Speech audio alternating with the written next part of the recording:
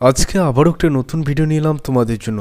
আজকের ভিডিওতে আমি আপনাদেরকে দেখাবো যে অনেকের কিন্তু আধার কার্ড বাতিল হয়ে যাচ্ছে বা ডিঅ্যাক্টিভেট হয়ে যাচ্ছে। আপনারা অনেকেই জানেন যে 10 বছর পর কিন্তু আধার কার্ড অবশ্যই আপনাকে আপডেট করতে হবে।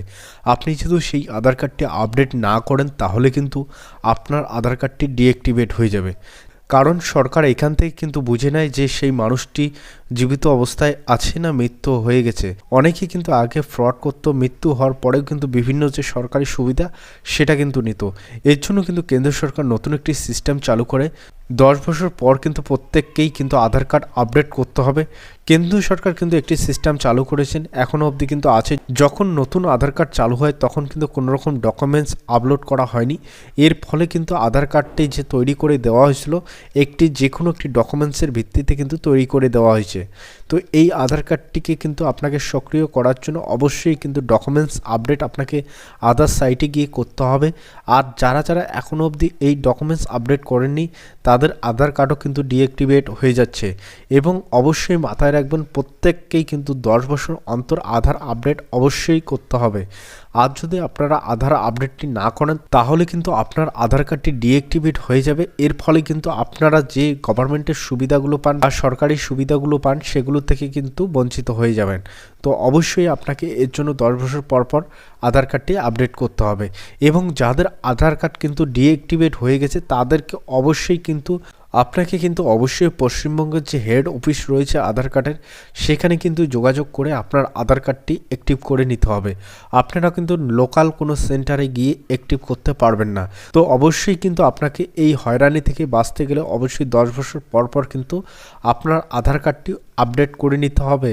এখন আপনাদেরকে দেখাবো যে আপনার আধার কার্ডের আপডেট প্রয়োজন রয়েছে কিনা এবং আপনার আধার কার্ডটি ডিঅ্যাক্টিভেট হয়ে গেল না তো এই স্ট্যাটাসটা আপনারা কিভাবে দেখবেন আজকের ভিডিওটা এর জন্য কিন্তু ফুল প্রসেসটা আপনাকে দেখতে হবে।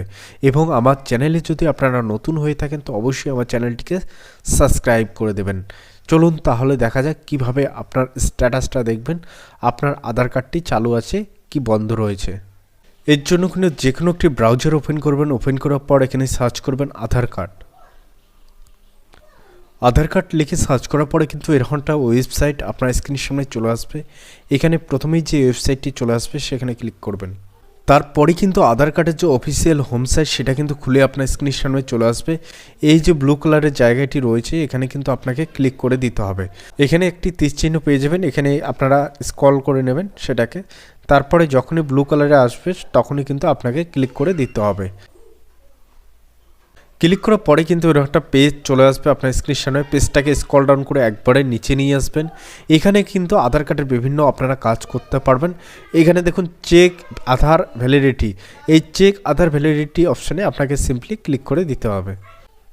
তারপরে কিন্তু এরকম একটা পেজ আপনার স্ক্রিনের সামনে খুলে আসবে। এখানে কিন্তু প্রথমে আপনার আধার নাম্বারটি এন্টার করে দেবেন।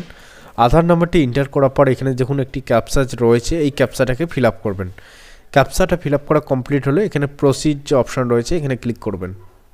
এরপর কিন্তু এরকম একটা পেজ খুলে আসবে। এখানে আধার ভেরিফিকেশন কমপ্লিট রয়েছে। এখানে এজ দেখুন 20 থেকে 30 রয়েছে এবং জেন্ডার এখানে দেখুন মেল রয়েছে।